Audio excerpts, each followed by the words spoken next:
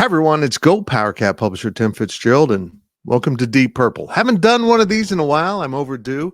And in fact, I promised this one more than a week ago, but you know what happened when stuff hits the fan. It's been an interesting week, 10 days in Kansas State sports, but let's get back to some Big 12 realignment and what's going on with the conference. There's been a lot of talk about some type of merger, uh, kind of venture together. I don't want to say alliance because that didn't work out so well for the Pac-12 between the Big 12 and ACC. Because the big bad wolves of college football, the Big 10 and SEC, are kind of soaking up all the light. All the oxygen is getting sucked out of the room.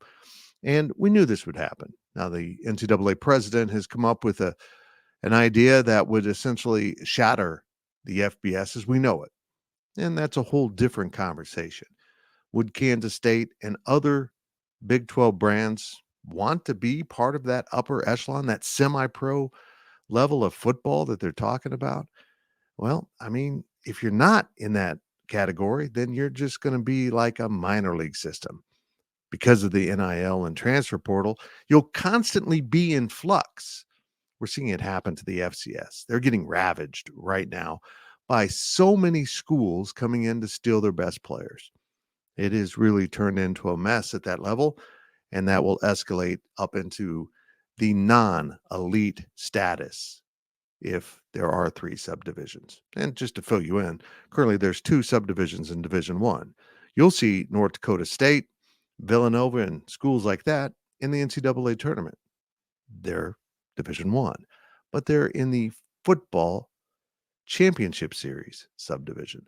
In other words, they are FCS and they have playoffs, which now the FBS will have the bowl series, but that's how it's broken. And the NCAA president wants a third higher, one that will essentially pay players. He'll bring NIL in-house, which I don't think is a bad idea, but also it will really create the haves and have-nots. It'll destroy the middle of college football, which, let's be honest, in terms of market value, that's the Big 12. And there are some really competitive schools in this conference, but the brands have all been kind of taken out. The major brands, certainly the Blue Bloods, are all gone now with the departure of Texas and Oklahoma next year to the SEC. And that puts the Big 12 and the ACC in a precarious position of trying to survive when you just don't have the resources or the media revenue that the other 2 conferences have. So how can the Big 12 close this gap? How can they solve this problem? What is on Brett Yormark's pecking order of making this conference survive? Well, number one, he probably wants to block that elite division, but I don't think that'll work. So number 2 is to close the gap by adding basketball schools. But that's something the presidents and athletic administrators in the Big 12 kind of pushed back on. He wanted UConn in the last round and one less Western team. He ended up with no UConn. Now he's got 5 teams out west and 3 in the east, which causes some scheduling issues. What do you do with an uneven number of regions here?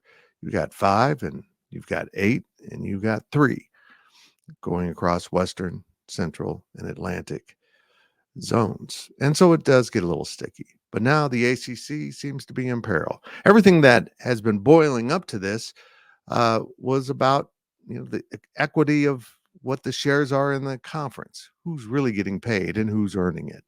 And of course, Florida State by far earns the most money for the ACC, and they want a bigger payment. Doesn't look like it's happening. And in fact, the ACC doubled down on kind of being a mid-level conference by adding Cal and Stanford. And Stanford is pretty good in some sports, but has faded in football and is fairly useless in basketball. Cal seems to be on the uptick a little bit, but there's just no fan enthusiasm. There's no real huge following for either school. And then they added SMU. You go figure it out. It was free. SMU's paying their way. But SMU is really a non-factor in this. So let's get into, if the Big 12 and ACC align, what's the best way to do that? Well, for me, it's very clear. No alliance, no kind of joint union to save the ACC. That's not the job of the Big 12. No, the job of the Big 12 is to best position its partners, its members, as a major college football program and basketball too. Remember, the basketball tournament will mostly be unaffected by this superior upper division, but you kind of need the money that comes from football to help you in basketball. It's intriguing. I say that the only reason the Big 12 should ever discuss anything with ACC schools is expansion, straight up expansion. No, give them a shoulder to lean on. Nobody was here for the Big 12. They all wanted the Big 12 to die. Remember that alliance between the Pac 12, the ACC, and Big 10? It was pure folly. It was nonsense. It didn't benefit the Pac 12 one bit, and the ACC really didn't give a crap. They could have merged with the Pac 12, but they didn't want to. So now it's up to the Big 12 maybe to solve this. And let's dig into this. What happens if the Big 12 makes a major expansion move into the ACC? And for this purpose of this exercise, we're going to set aside the problems with their rights, their grant of rights, their TV standing. It's kind of a mess. The ACC is going to be behind from day one, starting next year, and the year after, they will be slipping further and further behind the Big 12 even. They're already behind in per school revenue, and that will only get worse over the next couple years. So if the Big 12 can invite schools, is there a pathway here to maybe strengthen the Big 12, to close that gap between the ACC, the Big 10, and the SEC from the Big 12? Well, let's start with the very simple look.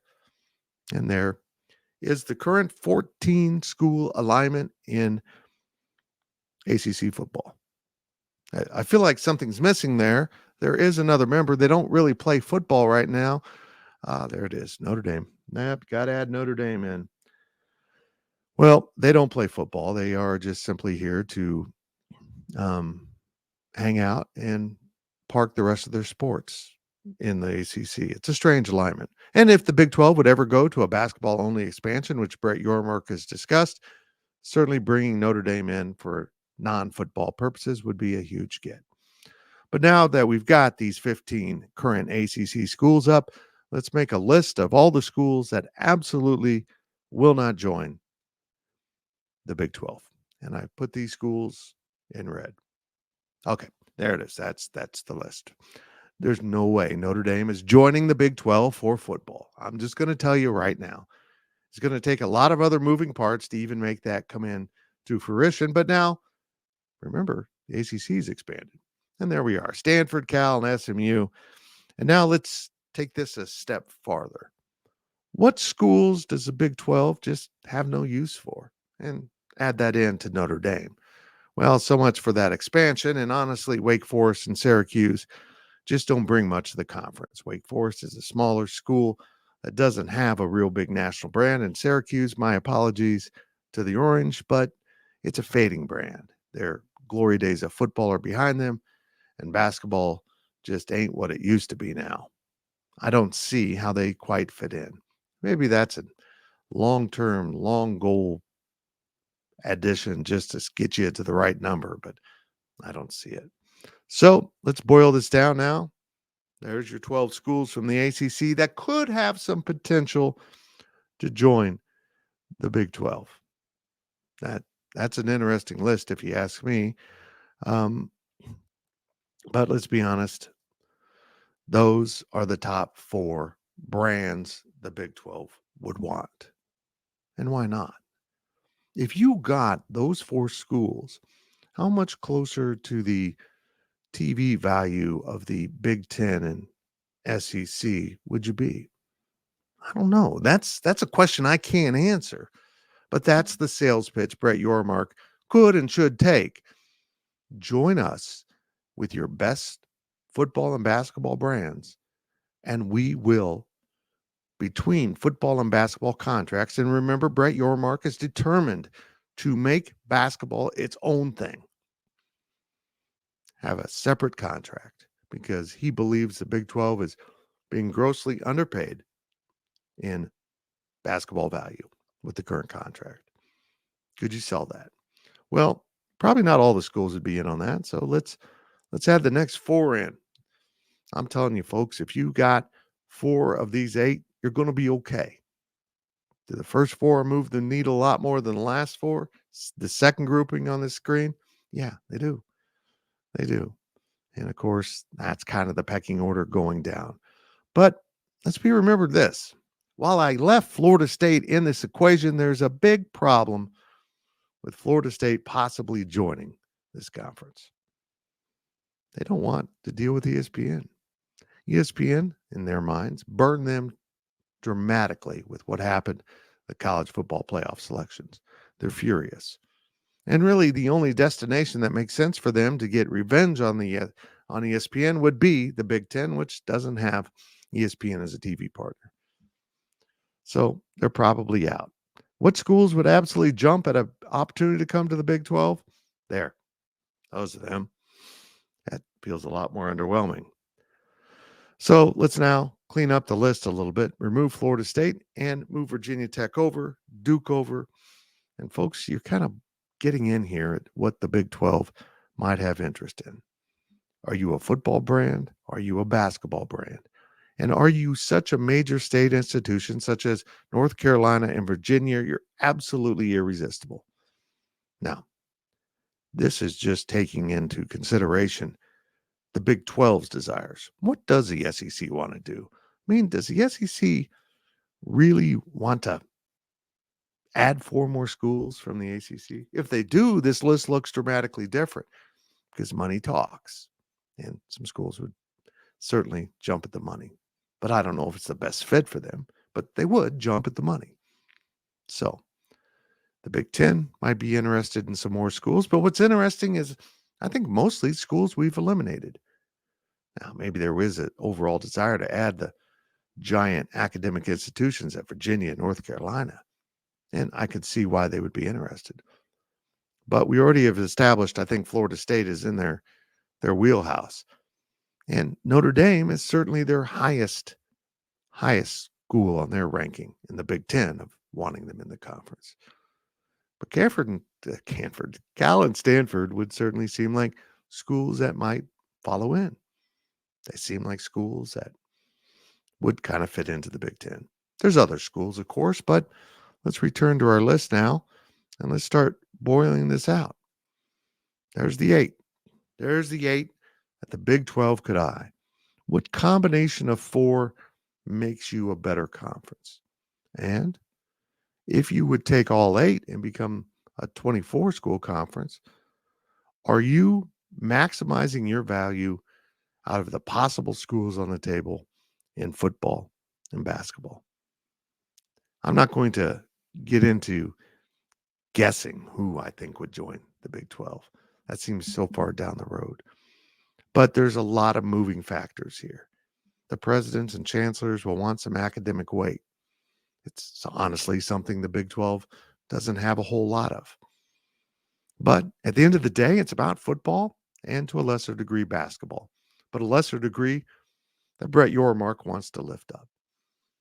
I think if you can nail down 4 of these schools in any alignment, you improve your conference.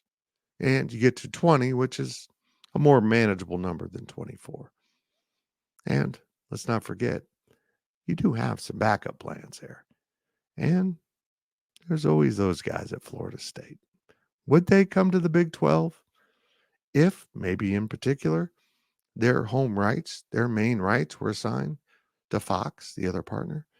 And if you add this much more inventory, would the Big 12 add another TV partner, someone to take some of the weight of the increased rights fees that the conference will demand? Not just because there's more teams and have to pay the same number, but maybe the number rises.